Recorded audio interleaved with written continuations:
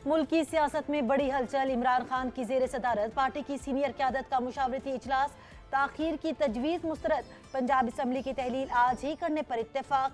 परवेज इलाही भी इमरान खान से मुलाकात के लिए जमान पार्क पहुंच गए। फैसले पर एतमाद में लेने के बाद गवर्नर को एडवाइस भिजवाई जाएगी। पंजाब असम्बली की तहलील रोकने का मिशन। नून लीग मुतहरिक नवाज शरीफ का राना सनाउल्लाह से टेलीफोनिक रब्ता। असम्बली बचाने की खातिर तमाम आईनी ऑप्शंस के इस्तेमाल की हिदायत। तहरीक अदम एतमाद दोबारा जमा करवाने पर भी गौर।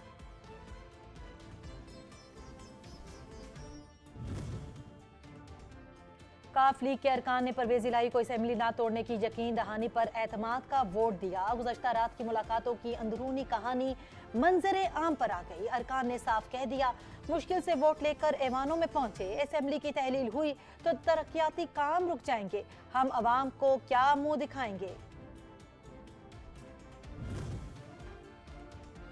दूरियां खत्म। कराची के हकूक की खातिर MQM के 3 धड़े एक पेज पर आ गए। फारूक सत्तार और मुस्तफ़ा कमाल ने खालिद मकबूल सदीकी के साथ हाथ मिला लिया।